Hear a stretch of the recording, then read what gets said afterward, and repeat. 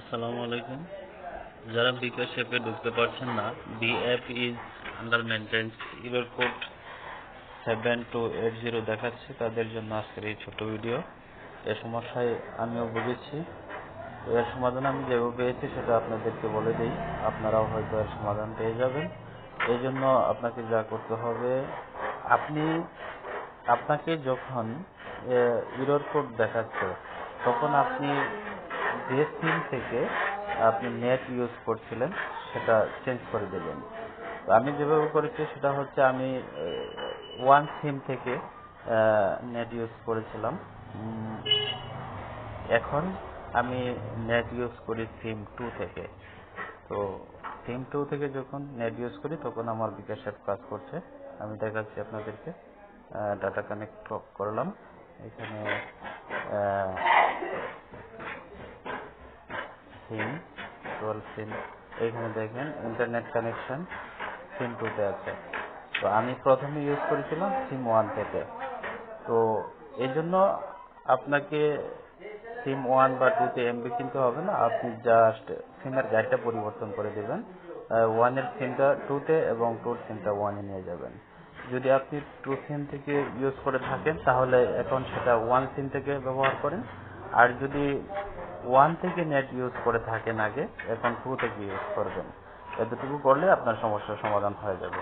আমাকেও অনেকদিন error code দেখাইছে, তো আমি গতকালের সমাধান পেয়েছি। আমি দেখাচ্ছি আপনাদেরকে। আমি বিকাশ অ্যাপে ঢুকবো, সুন্দরভাবে কাজ করছে, আপনারা দেখতে পাচ্ছেন।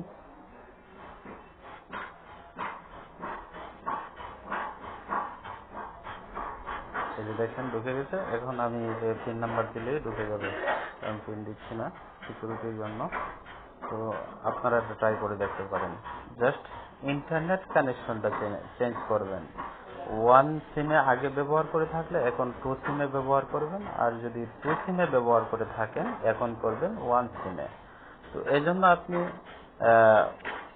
1 এর গাইডের মধ্যে সিম 2টা নিয়ে আসবেন আর সিম 2 এরটা 1 এ নিয়ে যাবেন।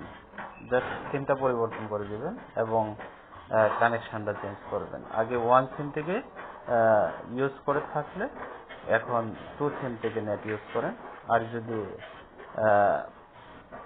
2 সিমে নেট ইউজ করে থাকেন তাহলে এখন 1 সিম ইউজ করেন।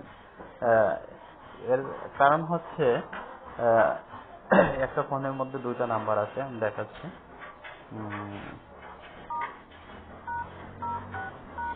এখানে দেখতে পাচ্ছেন IMEI 1, IMEI 2। তো আমি যখন 1 সিম থেকে ব্যবহার করতাম তখন আমার এখানে IMEI 1 কাজ করতো, এটাকে তারা ব্লক করে দিয়েছে, যার জন্য আমি বিকাশ অ্যাপে আগে ঢুকতে পারি না। এখন আমি সিম 2 থেকে ব্যবহার করছি নেট, এটার IMEI নাম্বার খোলা আছে, এই জন্য বিকাশ অ্যাপ চালু হচ্ছে। ধন্যবাদ সকলকে ভিডিওটি দেখার জন্য। আশা করি সমাধান পাবেন। না পেলে যোগাযোগ করতে পারেন, কমেন্ট করে জানাবেন।